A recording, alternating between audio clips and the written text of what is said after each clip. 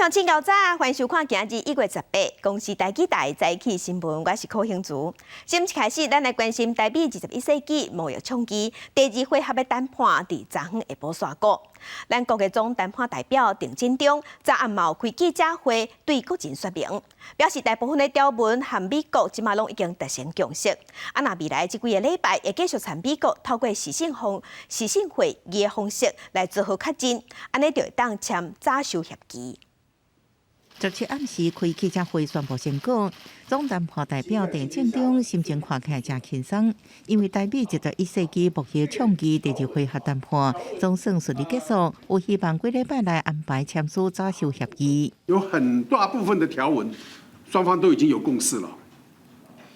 那还有少数一些条文啊，还需要双方再继续做协商。往后的几个礼拜，我们已经讲好了，可以用视讯的方式。去年11月第1回合谈判伫纽约举行，第2回合实体会议换美方来台。这摆重点放伫贸易便捷化、反贪腐、良好发展作业、甲中小企业、服务业各类几种这议题。跟过去台湾跟美国交往的这种方式，由美方提出要求台湾来做的这个不一样了，非常明显的。将来台湾跟美国的合作是会经贸方面的合作，会是一个站在很平等的基础上面来进行。那台湾顺利甲美方完成签署，已经为这看伫其他国家的眼内是另外一个证明，对台湾加入 CPTPP 有帮助。证明台湾有能力、有意愿、愿意接受高标准。我相信对于台湾的入会、参加 CPTPP。应该有相当大的帮忙。另外，什么时阵签署、安怎签、伫什么所在签，伊表示也未讨论到这个阶段。目前的工作重点是将协议内容确定落来，希望上紧伫今年有真大的成果。记者综合报道。再来关心立法院伫昨昏有审查全面共享特别条例草案，目标是伫今仔日会当完成审查，伫明仔载会当完成三读。国发会即马是表示，本钱的方式会提供3款有汇款 ATM 甲邮局的柜台，若时间是按算伫2月底至3月初，民众就会当摕到。为着普发现金，立法院5个委员会是并案审查全面共享经济成果特别条例草案，目标2天内审查了，立委关心现金按怎发。国发会主委经明显表示讲，分3种方式，按算2月底3月初会发。你如果有账户，然后提供给我们的话，我们直接入你的账户。那如果你没有账户的话，你也不愿意提供，那你也可以去 ATM 领现出来。好，那你当然也要有提款卡跟这个嘛，哈。是。如果说你这个都没有的话，那你就拿你的身份证跟健保卡去临柜，就是这个邮局的部分可以去领取。2号行政院会、9号行政院会或16号行政院会通过，以这个时间表，你们都可以送，你都可以做到228开始发放，对不对？对，如果说是开始发放可以。作为部长东宏讲，即摆的系统是用进前囡仔防疫补贴和进行5倍券的设计，但是佫需要增加系统，才会当承受全民发现金的使用量。国民党立委王宏伟就任了第一场质询，就批评政府无提出固定的制度来处理加扣的税。我们做了这个特别条例，请问我们是建立制度了吗？报告委员，今年的状况是特别的状况，所以它不是制度。对制度的话，所以你搞半天，你还是没有制度。国民党立委王明凯是指出讲，行政院版本的现金条例，干那6张都要用3800亿的预算，佮要求立法院授权行政院用来强化经济和社会的韧性。批评讲根本都是乌白授权，无得管财政纪律。记者综合报道。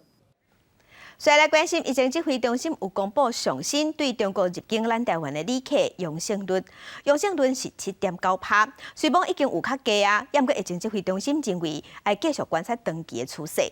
另外，针对指挥官王必胜捌讲，有机会伫过年后会当开放伫室内，唔免挂喙罨。不过，咱国内有专家即马是认为讲，伫1月份至3月份也是流感的季节，建议3月中过后才放令，安尼较妥当。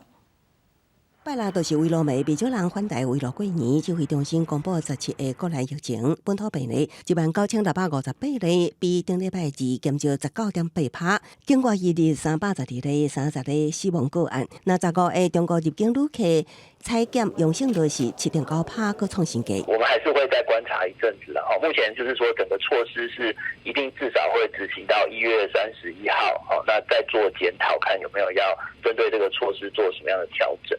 除了这礼拜是入境人数高峰，经济统计公司以航班运量人数预报系统显示，出入境高峰会落伫休假前2天，也就是1月28，有效人数会有9.4万人次。另外，疫情指挥中心指挥官王必胜定日表示，希望伫过完年了后实施第2阶段消毒喙安绑令。国内专家有无共看法？1月中到3月中是流感的高峰期，目前这一段时间里面，我们还是建议就是口罩暂时不要拿下来，也就是说，不管是在室内或室外。专家表示，现阶段消毒喙暗令真正要放令，袂当全面开放，像大众运输工区坐运也是高铁，甲超过500人以上的集会也是演讲，也有演唱会，拢也是建议挂嘴暗。未来做目标敢是朝常态化，也引起讨论。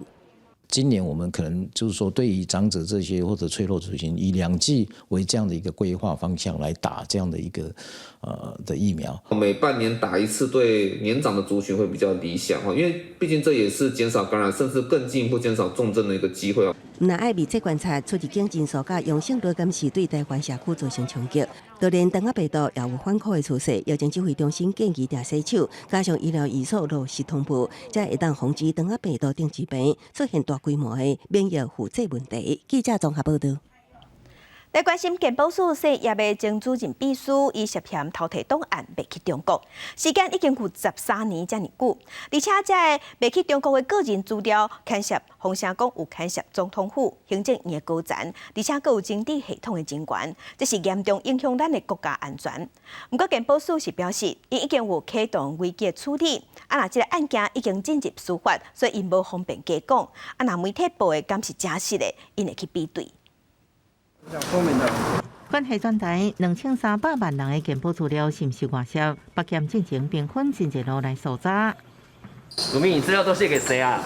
不过有平面媒体报道，检调锁定健保署产业的前主笔，涉嫌在2009到2022年期间，用随身碟窃取档案13年，内容牵涉府院高层甲政治系统人员雇主，而且这几年来，伊常常往返中国，佫被发现拿回台湾，且拿户头都大笔资金汇入。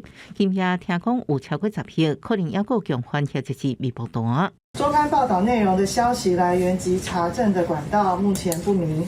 那目前所知，均非检调对外公布的案件资讯。全案已经进入了司法侦查程序，欲请各界就本案情节勿加揣测。揭露的时间范围比较大，所以我们还在逐一调卷检视比对当中。健保署长洪石表示，案发了后启动危机处理，涉案人员调离主管职务，关调查权限，同时成立专案小组进行内部行政调查，各检视内部机制，各观点同时的查询权限，调整受权范围，让不法的代志会淡化。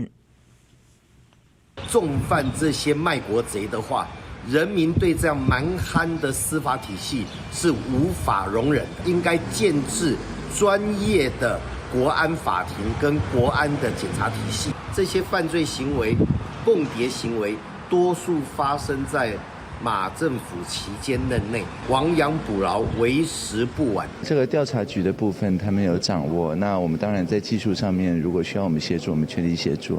强调渗透台湾，收集情报代志，常常听到有运输牌伫国外网站顶悬，发现有人咧卖台湾情报机构的机密文件，杂志的资料要卖15万美金。调查局表示，已经接押情形，目前在调查当中。记者综合报道。同齐关心天气，今仔日有冷空气的落南，所以北台湾温度会略略下降。规天的温度是伫14度至16度，要到明仔载就会小可回温啊。咱同齐来看温度。受大陆冷气团甲东北季风的影响，今仔日伫北部、东北部天气拢感觉较凉冷。气象局嘛已经针对新竹甲金门发布低温特报，可能会伫低温会伫10度以下。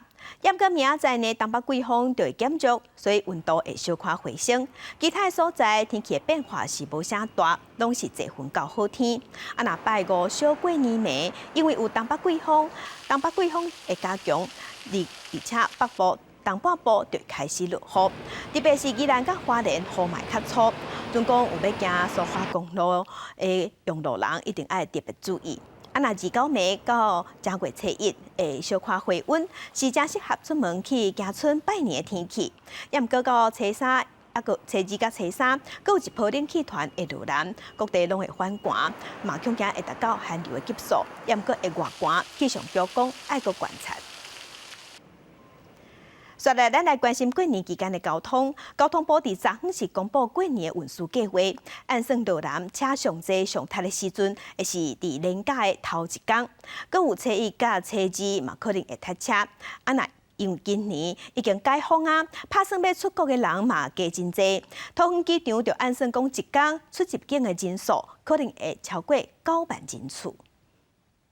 今年过年连假有10天，交通部有估，南向返乡车潮伫连假第1天20甲初1、初2都是22甲23陆续出现，初3、初4是出现观光出去佚佗的车潮，因为假期长，有计会为初4下昼到初7陆续出现较分散的北返车潮。那苏花公路本坑抢修工程，春节无管制影响无大。大清水路段的话，因为在春节期间它是完全这个开放通行，并没有阻碍的，所以在这个路段并没有相关的阻塞。原有的这个车流的部分，我想就是跟以往的模式一样。最终还是希望给花东一条安全、这个平安回家的路，这是最重要的一个部分。疫情当后，各个新年出现爆发性旅游潮。桃机公司有估年假出入境高峰会落伫休假前2天，1月28迄天可能达到9万人次，是2020年2月以来的新高。出入境人数明显复苏，今年桃机会朝年旅客量2000万的目标迈进。大概1月19号开始84000人，一直到最高是初7 94000人，初8是92000人。所以大概1月19号到1月30号有98万8000多个旅客进出，所以基本上1月大概可以接近200万人进出。另外，真受关注的内阁改组问题，传出王国材会转任华航公司董事长，交通部长是由前佳人市长林佑昌接任。王国材回应，目前无收到府院任何通知，伊的兴趣是交通改革，有愿会做好每一天部长的工作。记者综合报道。所以来关心今仔日报纸的重点，咱先来看《中国时报》。台北股市虎年伫昨昏封关，收盘是起5点，收伫14932点。虎年的股市是正式结束。计算了后，虎年甲牛年相比，股票是博2741点，算是博幅有超过15%。这是创下自2009年了后上大的博幅。那等于讲虎年平均每一个股民是了67万支。来关心联合报，目前咱全台湾有7间高中高职红列做教育，红列做专案辅导学校。昨昏教育部有开第10届的私立学校退场审议会，是用债务看起来有明显的恶化做理由，即嘛是甲彰化县的大庆商港，也有嘉义市的兴华高中，这2间列做专案辅导学校，要求这2间学校2档内拢爱改善。那兴华高中目前有1000多个学生，针对这个结果，学校表示遗憾，也毋过嘛答应讲绝对袂去影响学生的权益。那大庆商港目前学生是880个人，学校是打算要转型改做长照，也是社福机构。来关心自由时报，中国更塞的米粉、内塞粉，互中国即马禁止进口。经济部早暗时阁宣布讲，中国有一款险的土豆嘛袂使进口，这是因为土豆咱台湾家己就有生产，这是为着要保护咱国内产业。另外，有一款中国的细须袜，叫做魔芋爽，也毋过伫咱国内无登记厂商。经济部即马会去查讲，目前伫实体店面啊，有网络伫卖的拢是向进口的。中国江西的米粉雷西粉，因为包装顶头有一段文字，写讲你是中国人，我嘛是中国人，引起统战的争议。经济部长王美花就表示，目前咱政府已经禁止进口，所以不管是实体店面，也是网络平台，拢爱回收，拢袂使搁卖。另外，还有一种正像韩国的泡面、辛拉面，食药署即马是伫边境验出讲，这泡菜豆腐这个口味的调味料顶头内底有农药，而且这农药超过标准，这部分这款商品全部拢爱回收。源自中国江西柳州的美食雷薯粉，米粉加上配料酸草咸口味，也伫台湾市行。毋过其中一款包装印着“你是中国人，我也是中国人，4写5集一个啊，你就是我的人”的文字，引起统战争议。经济部长王美花表示，中国粉条食品无开放进口，会稽查要求落价。我们会跨部会来做相关的稽查，不管是在实体的通路或者电商平台，都会要求下架。雷薯粉争议落价，甲包装顶面的问题有关联。王美花无正面回应，强调是走私也是稀薄商品，所以拢爱处理。烧水冲泡等几分钟，韩国进口泡面会当做正饭，也会当做点心。这款农心超净化新碗面、泡菜豆腐口味，相关受到民众的介意。食药署边境稽查所检出，调味料包残留农药宽容1万，有1000箱，1128公斤，需要全部退温还是销毁？环氧乙烷在国内是没有被当作农药来使用的一个化学物，所以按照规定。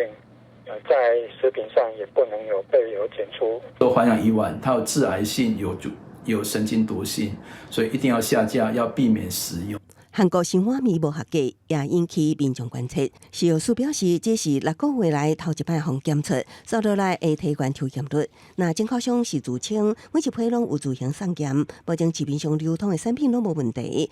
已经翻头要求制造商农心公司未来需要自主检合格，才会当出口。记者综合报道。继续关心，为着要增加咱台湾的后备战力，国防部已经宣布讲，对今年第2季开始，依照需求调集后备军人，总共伫红点名。第5届开始去训练了后，第5届了后，大概训练结束，就会分奖金5000块。另外，为着要兼顾性别平等，即马女性嘛会办理军事调集训练。为着要应付中国的军事威胁，咱国伫去年策动14天的教调制度，为着要鼓励后备军人志愿来参加教调，国防部伫17宣布讲，从今年的第2季开始，照各军种的需求，针对志愿参加教调的人，甲区分做14天的教调3梯次，还佫有5天至7天的教调70梯次，而且14天的梯次以2遍来计算。自第5遍开始，逐遍若完成训练了后，会发奖金5000块。后备军人已接受过的教育召集次数，依本办法规定的一个计算方式。自第5次起，每一次我们完成训练之后，我们都会发给召集奖金5000元。另外，为着要来兼顾性别平等的原则，女性嘛会当是伫头1年来教调，规划予北部、中部、南部还有东部的单位来试行。修正了陆海空军军官、士官服役条例，这样子就可以使女性的军官、士官，他无论是停役或是退伍之后，都纳入后备列管。那目前已经在预告，在1月13号已经在预告30天，我们在广收各界的意见。国防部强调讲，后备军人的志愿教调的办法实施了后，会当来核实后备战力，强化后备部队的战机，欢迎退伍12年内也未逢教调过的后备军人志愿参加，嘛呼吁国人爱来支持这个新的制度。记者综合报道。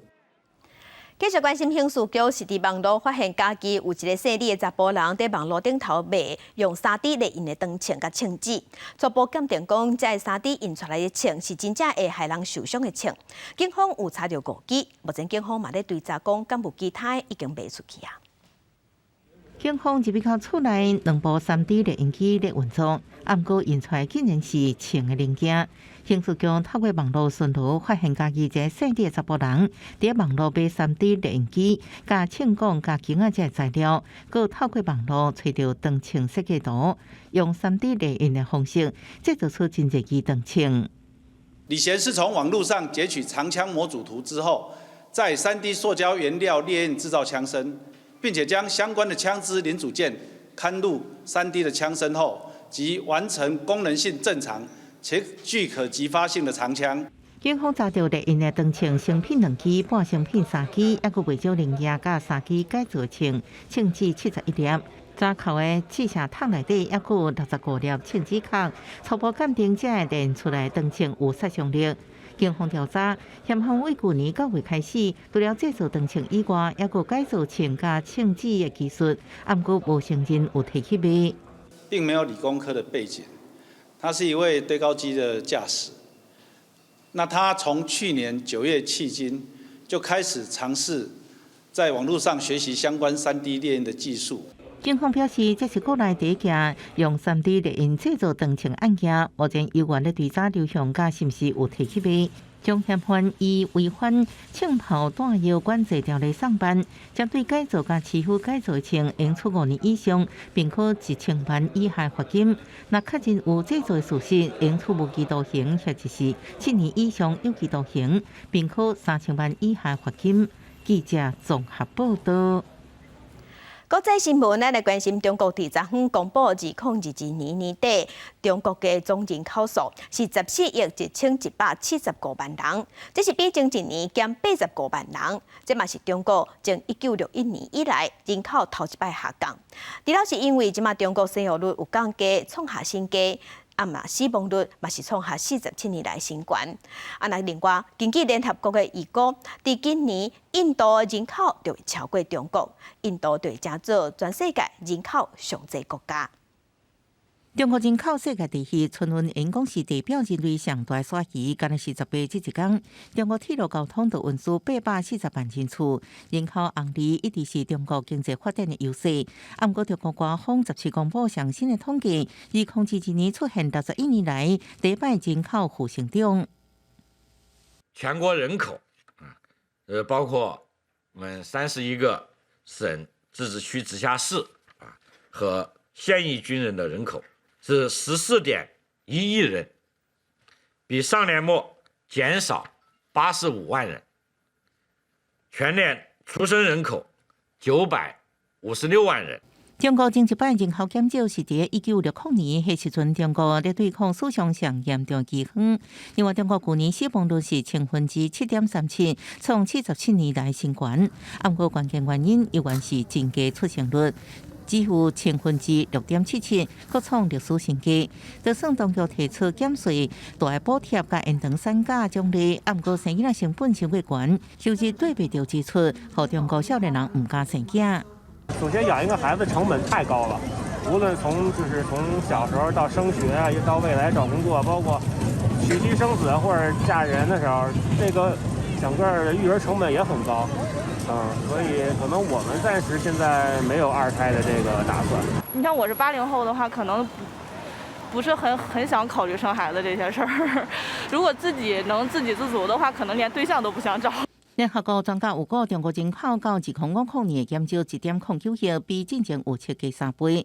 收入减少加上健康福利成本太悬，恐吓让中国未负承诺。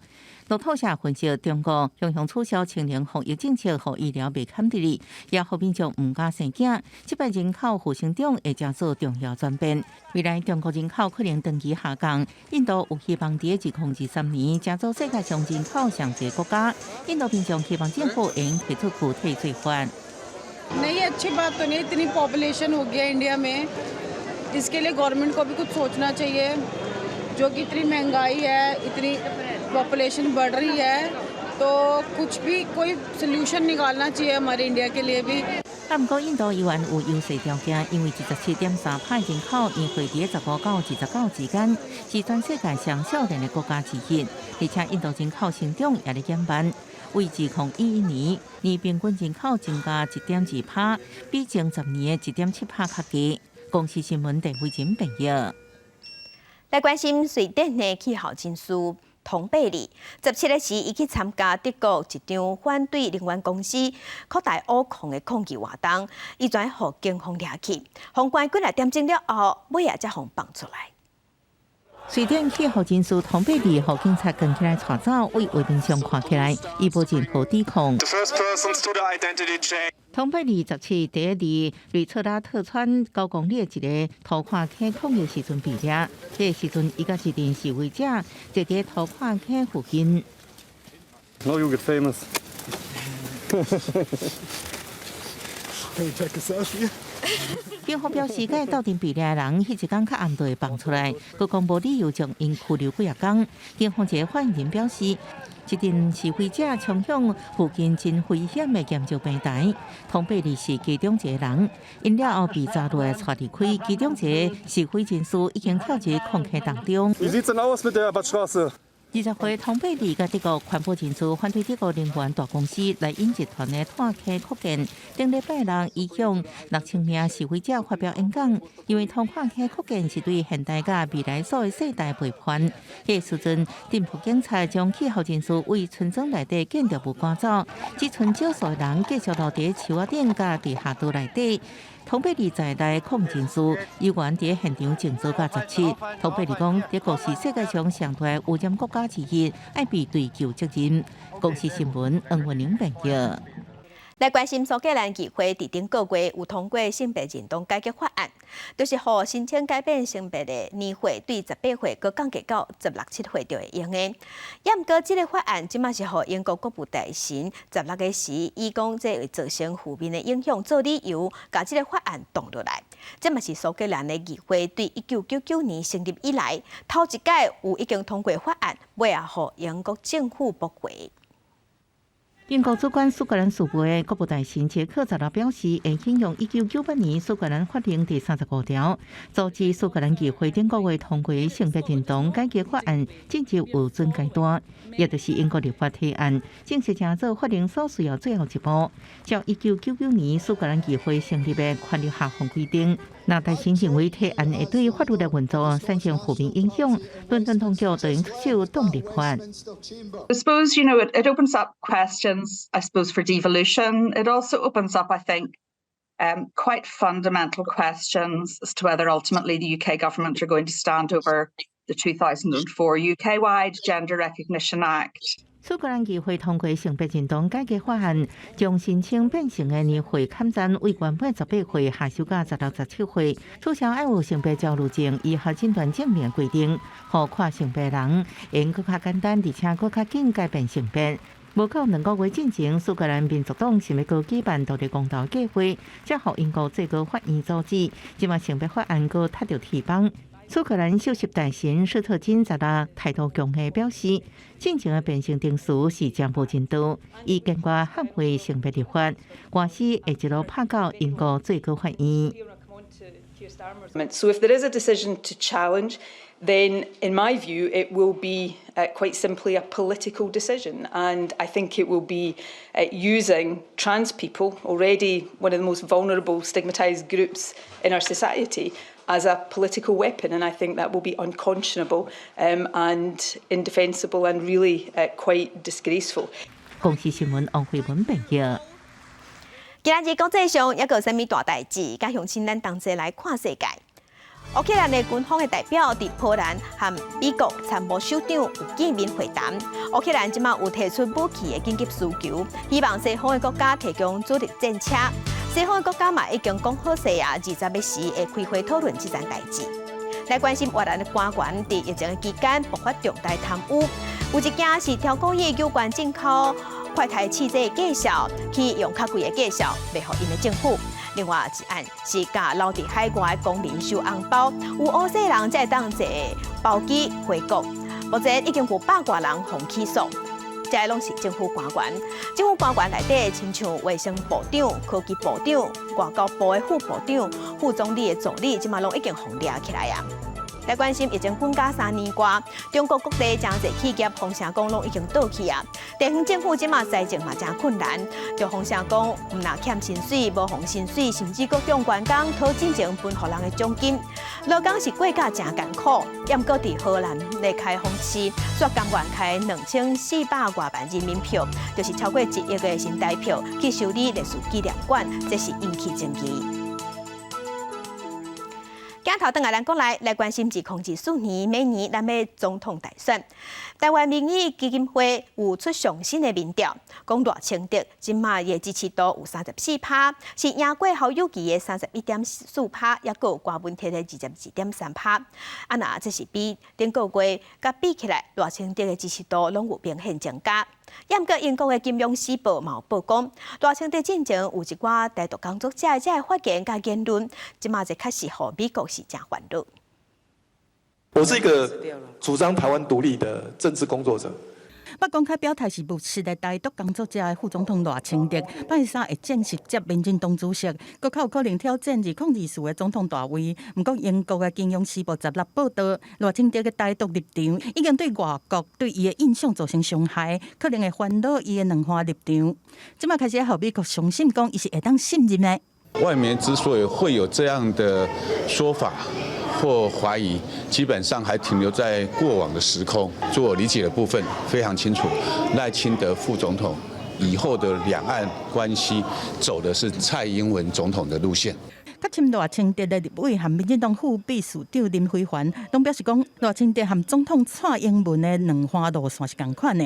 最近，佫提出和平保台的论述，要消脱伊原本较强烈的立场。这当中，台湾民意基金会嘛公布2024大选的上新的民调，纳入的部分，赖清德以34%支持度，比侯友宜31.4%、郭文哲22.3%拢较悬。含顶个月比赖清德增加真济，侯友宜是落来。每一个人在自己的角色扮演好自己的工作，尽心尽力，不分你我，大家团结在一起。各方都可以接受的初选办法，应该看起来是比较可行，而且比较能够让国民党不会分裂。2024国民党内已经有人表态，但是上有利的人选侯友宜还未出声。党中央是传出讲无意比照2022九合一的提名模式协调了后，才决定调，避免初选了后大家关系拍歹，也是和民进党有机会做文章，但是目前拢还未确定，嘛和国民党要初选还是定调，头壳是继续摸咧烧。记者综合报道。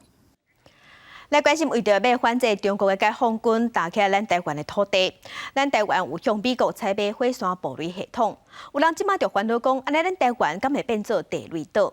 国防部秀出来保护嘛强调讲，目前看起来解放军是对4大所在来登陆，所以国军是针对解放军会登陆的这路线安排去放地雷火炮，而且未伤早安排，而且嘛是有限定的区域。面对中国军机即马绕台是一摆搁一摆，两岸的关系继续紧张。为了防卫作战的需要，反制中国的强大登陆，咱甲美国买14套的火山暴雷系统，引起各界的质疑，讲台湾敢会变作地雷岛？对这国防部17定称，答案是不会的，它是有智慧型的定时自毁，还有易于辨识回收，还有可以快速机动布雷的这几个特性。如果没有用到，我可以自己在设定时间内把它做焚毁的这个动作。国防部强调，这套系统是无需要做长时间的布雷，布雷的时机点是国军判断强军会伫个北部南口的宝岛厝海山部、东园的海湖海山部、中部挖清泉港基地的嘉南海山部和南部台南的喜洲海山部主力登陆。这针对这机动布雷袂伤早部署，事后嘛较好回收自毁。做精准有效的布置，而不需要长时间广正面浮布在整个地面上，非常便于回收和辨识，所以不是像传统布雷埋在地底下用广区域的，要让他知道说我们这个地方有设防，所以他不会在这个地段登陆，他可能会从另外一个地段登陆。那这个时候呢，我们就可以把兵力集中到另外一个地段，所以其实这个是布雷用布雷来节约我们兵力不足的所在啊。军事专家分析，咱的防卫政策是防御，地雷其实是陆军防御上好的武器。国军若伫海空战拍较歹的时阵，敌军就会登陆，这时阵用地雷阻碍敌军的攻势。会当较省国军的军力，做较机动的利用，会当更较有效来阻挡敌军的攻势，争取更较好反击作战的时机。记者综合报道。在地上大条，紧来关心核子厂2号机伫今年3月14就要停机要退休啊。也毋过本地按算3月初4要开始运作的大潭电厂8号机，即马可能要延到3月底，也是4月初才会当加入供电。安尼，咱台湾敢会欠电？经济部是表示，政府会做好相关的调度，袂有问题。也毋过学者是较烦恼讲，台电目前会当运用的，也是会当春救的，拢真有限。嘛烦恼讲下班时间，大家转去处理了后开电火，用电时间较上重的这个时段，就有可能会欠电。今年阁有一台核电机组要停放，国内供电敢会出现空棚。学者表示，核子厂的2号机3月14要停放，会减少98.5万千瓦的供电。而且大潭电厂小天然气的7号机伫去年底停放，已经减少60万千瓦。就算讲8号机伫3月底4月初开始放，嘛敢若会当加110万千瓦报回来，供电阁会欠50万千瓦。不过经济部却挂保证讲绝对袂欠电。这个部分我们都会做好相关的调度跟安排，没有问题。清台湾科中心主任叶总工提出质疑，就算讲大潭8号机准时开始放，不过离核子厂2号机停放的时间至少差要半个月。这段期间，部分的机组等咧年度征收，伊认为台电应该是袂付来调度电力。到了夜间的尖峰出现的时候，那供电就会不足。如果要靠这个调度其实台电手上的筹码是非常有限，运用来发电的机组数量就是有限嘛。不过台电强调，事先拢知影核电机组要停放，阁有天然气机组延前开始放，已经透过调整其他电厂征收的时间来应用。我们已经配合调整了相关的大修、检修的这一些排程的这些进度。今年第一季1到3月要税修的一部分的机组拉到去年底去税修。台电强调，通宵小机组就要开始放啊，水利机组调度资源嘛会当春救，配合各种措施。今年供电无问题，不过叶总工认为，除了3月、4月有供电风险，像当季节机组要年度征收，或者是因应空气污染要降载，供电恐惊是搁较难倒，应该是无本钱通遮乐观。记者林静梅、王兴忠、张国良台北报道。3年前，特斯拉的电动车捌大落价，上济是差300多万。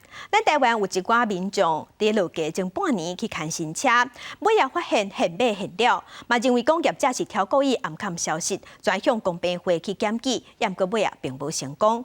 就7个车主去做伙拍官司，要求爱赔1191万。伫1审的时是败诉，其中有3个人不服，佫提起上诉，也毋过2审也是有关败诉。电动车特斯拉最近在全球市场陆续宣布降价，台湾是毋是对咧做？目前无消息。不过3年外进前，台湾特斯拉要因为大落价引起国内车主的不满。并没有违反公平交易法，它的整个交易条件其实在当时候是没有期望的，所以没有构成。那因为特斯拉本身也不是市场的独占者，所以也没有构成独占依赖用的问题。向公平会检举无成功，车主起价改行司法方式集体提告拍官司，因为因买无到半年，介绍就直直落。迄时阵的介绍，特斯拉2系列总共6个车款，空车价为300多万到600多万，不过落价了后，价差上只有340多万。刚好多相关52%，有切车主不满买贵，主张车商无提供充分甲正确资讯，提诉讼请求赔偿，总共1191万。告诉林地院判决败诉，其中3人上诉了后，2审同款判车主败诉。因为他们都是在107年10、11、12月已经买了，到108年3月的时候才调整售价，所以没有办法认为说他们购买的时候就已经决定要调整售价。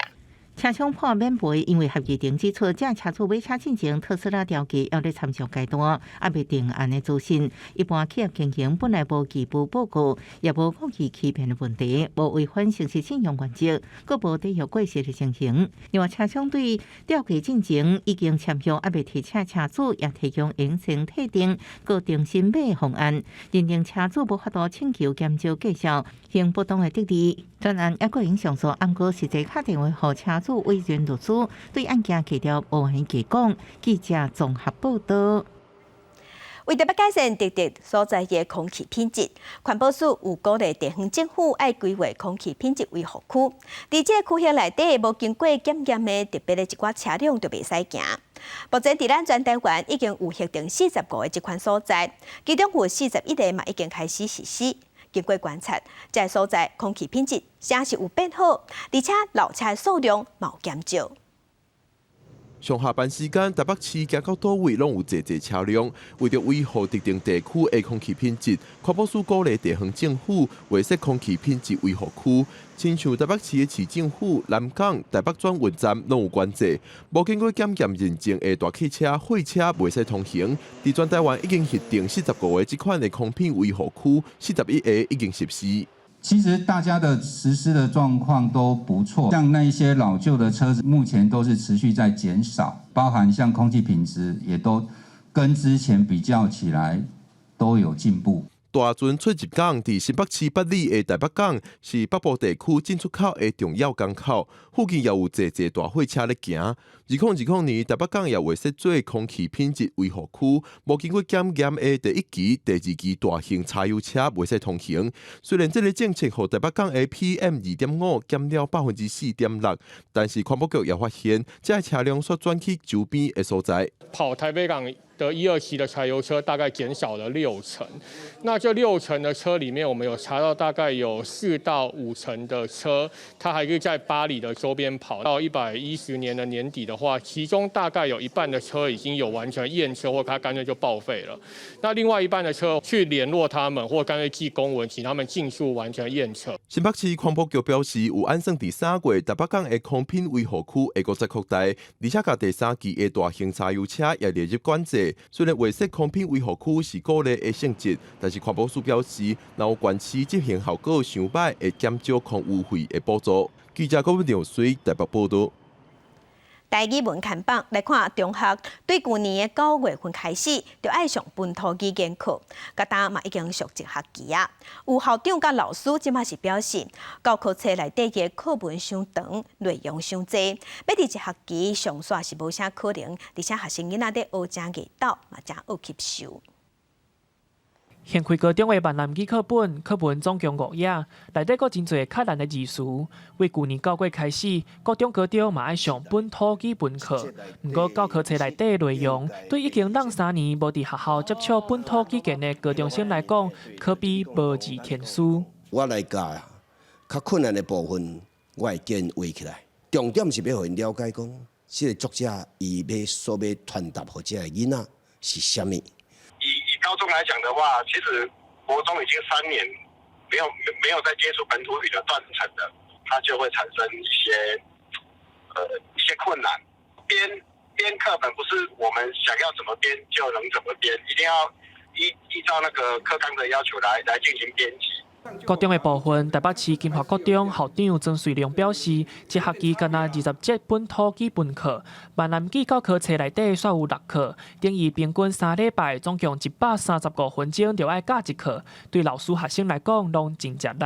我们也想讲，甲老师建议讲，是毋是明年在选用这个教科书的时阵，内面的内容吼，咱会使选择讲，咱这期要教偌济。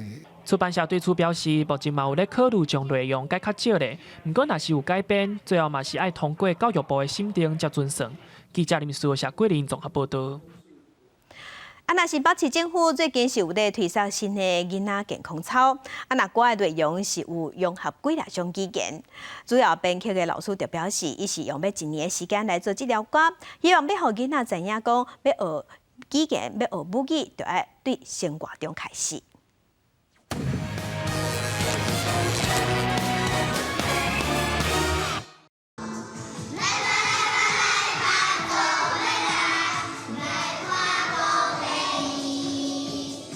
中和国小幼稚园的囡仔对老师跳健康操，这是新北市新设的幼儿健康操，真足较听。歌词内底唔但有台语，阁有客家语等等。那在老师要教这首音乐之前，他当然要先解释这3段语言歌词所代表的意思，那进而就可以听到一些相关的故事，或者是去朗朗上口一些童谣。老师表示，像在记歌词讲到布袋戏，因就会解说是啥物物件，互囡仔了解所唱的内容。规首歌的发想就用要一档，顶歌学校几若冬来，嘛不断地推动浸水式的补给教学。东是一家伙啊，就是我的意思啊哈。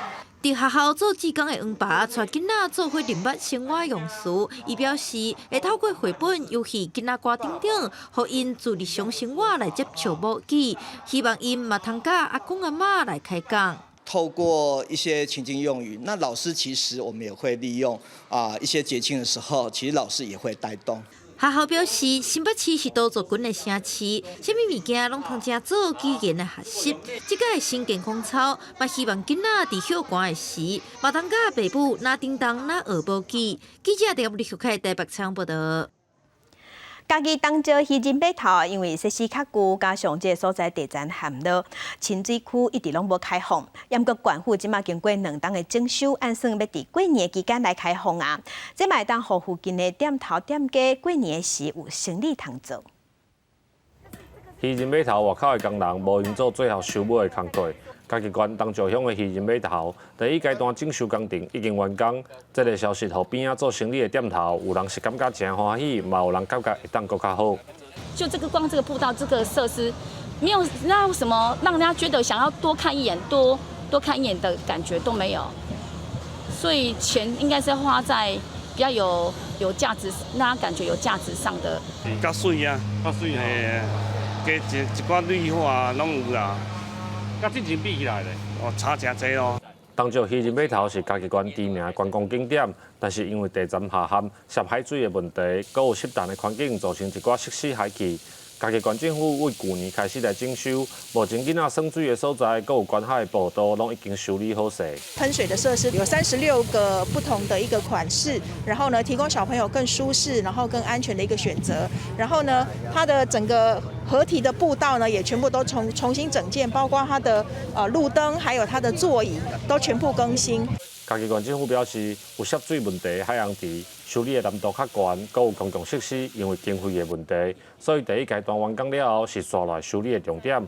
附近店头就讲，希望赶紧来完工，互鱼人码头的观光客会当愈来愈多。记者林慧婷家己报道。特别过年啊，即个过年休10天，时间有较长。若过年围炉，大家团圆，一定是大鱼大肉，拢会食甲真青草嘛，真澎湃。营养师即马就建议讲，甜的物件要煮，应该建议爱另外煮，煮滚了后，才落入去火锅内底，安尼才袂规定火锅愈煮愈油。另外，买回来食材嘛，当先分包装，摕去冰，要食偌济才煮偌济。若食无了的物件，摕去冰箱冰，上好唔通冰超过3天。年仔这市场的买气嘛对咧称悬，真侪人光要买年菜款拜拜，澎湃的料理一顿一顿传。今天买的白玉萝卜跟长年菜啊，之前有买的万峦猪脚啊、鱼呀、澎湖的鱼呀。大家都几乎都是买虾子啊、买白鲳啊、买鲑鱼啊，对，大致都这些啊。人讲有鱼有肉也着菜价，毋过过年围炉总是重口味的较济。若要食较健康，营养师建议，除了加放菜色以外，针对一寡有煎过的火锅料，嘛会当改变煮的方式，减少火锅内底的油分。炸物的那种干豆皮啊之类的，其实那些你如果说有些人他们还是很想要吃这种的食材的话，其实我们会比较建议是说，他先在另外一个取一个水锅。把这些干豆皮这些先把它煮过，然后先煮过煮软之后，再把这些的豆皮再把它放进你想要吃的火锅的汤头里面去做熬煮，先把它油脂先把它类似像是把它滤掉。豆类的取材，你可能就是还是会比较建议是说，你可能是属于那种油脂少。但是你又可以摄取到一些比较软嫩的。另外，营养师嘛提醒，买回来食材会当先分好好，食偌济煮偌济。若真正食袂起，放冰箱，上加唔通冰超过3天，物件才袂歹去，生毒素加细菌，影响到咱的健康。记者麦上尹曾春游台北报道。再去看世界，来看英国伦敦的苏豪区是当地真出名，有侪夜店、夜生活所在。有一寡人伫遮啉烧酒醉，就伫大路边乌白宣酒。住伫遮的民众是真困扰。当地市议会即马有想出一步来对付这指控，伫壁顶插一款特殊的油漆，乌白旋绕，绕就会抓到家己。 餐厅、酒吧、夜店伫伦敦享受夜生活，真侪人直接就想到苏瓦区，尤其到拜六，当地佫较是人杂通通。只是游客多啊，居民的烦恼也来啊。 It was something being raised regularly, especially over the weekend, say from Thursday to Sunday, where we'd have a lot of visitors here into Westminster, specifically Soho, and they were coming up alleyways like this and other streets as well, and they were urinating. 会为这个情况是因为部分游客讲完了后，随意找一个壁架来放尿，互苏瓦区总是有臭尿味。 而且暗时也有人伫街路放尿，也互人感觉无爽快。为了反制这种乱象，市民市议会想出一部伫苏瓦区受害上严重的壁顶喷红尿漆。So as you can see, it splashes back. 红尿漆的用意就是互尿喷到当乱放尿人的身上，互因自作自受。当地市议会指出，干那抢小便，因当年都爱开95英镑，大约代表3000多万台票。也毋过市议会也来伫拜六正式临时辩所，当时也会批发。乌白乱放尿的人，上当会当处100英镑，大约3700块台票的罚款。希望多方面来做，阻止游客歹习惯，互苏瓦区的居民毋免阁忍受臭尿香味。公司新闻7万人编译。瑜伽是现代人爱做的运动，伫英国最近就流行人甲狗仔同齐做瑜伽。这狗仔拢是要等待认养的狗仔，希望透过互动，提早适应甲人交流，早一日找到主人。那这校园嘛，因为有动物伴咧陪，做运动的时心情阁加较轻松。这是英国最近伫咧流行的瑜伽新课程——狗仔囝瑜伽，甲一般的瑜伽课程结合甲狗仔囝耍，会当提升运动者的心理健康，同时也帮助这寡狗仔囝去新家庭生活进程培养社交能力。 运气较好的就会当伫遮找到主人。 They love cuddles. They love, and obviously have your little playtime with them. Like I'm always playing with them. They do love it. Like, and I think they have really enjoyed today. 这种狗仔囝瑜伽一开始是去年4月伫咧利物浦开课，透过社群网站 IG 加抖音伫咧宣传，吸引真侪民众，正紧就流行到曼彻斯特、利兹加伯明翰。 因为是正简单的瑜伽课程，所以就算无学过人也当来报名参加。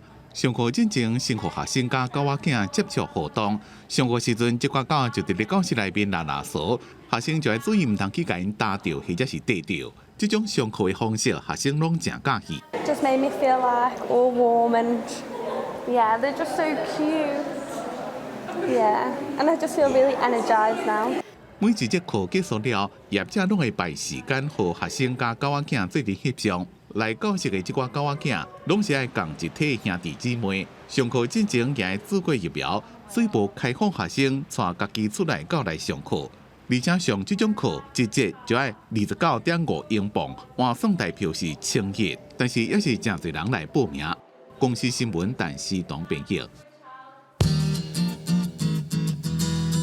关心天气，来看各地头的温度。北部的温度今日上低是12度，上悬有16度。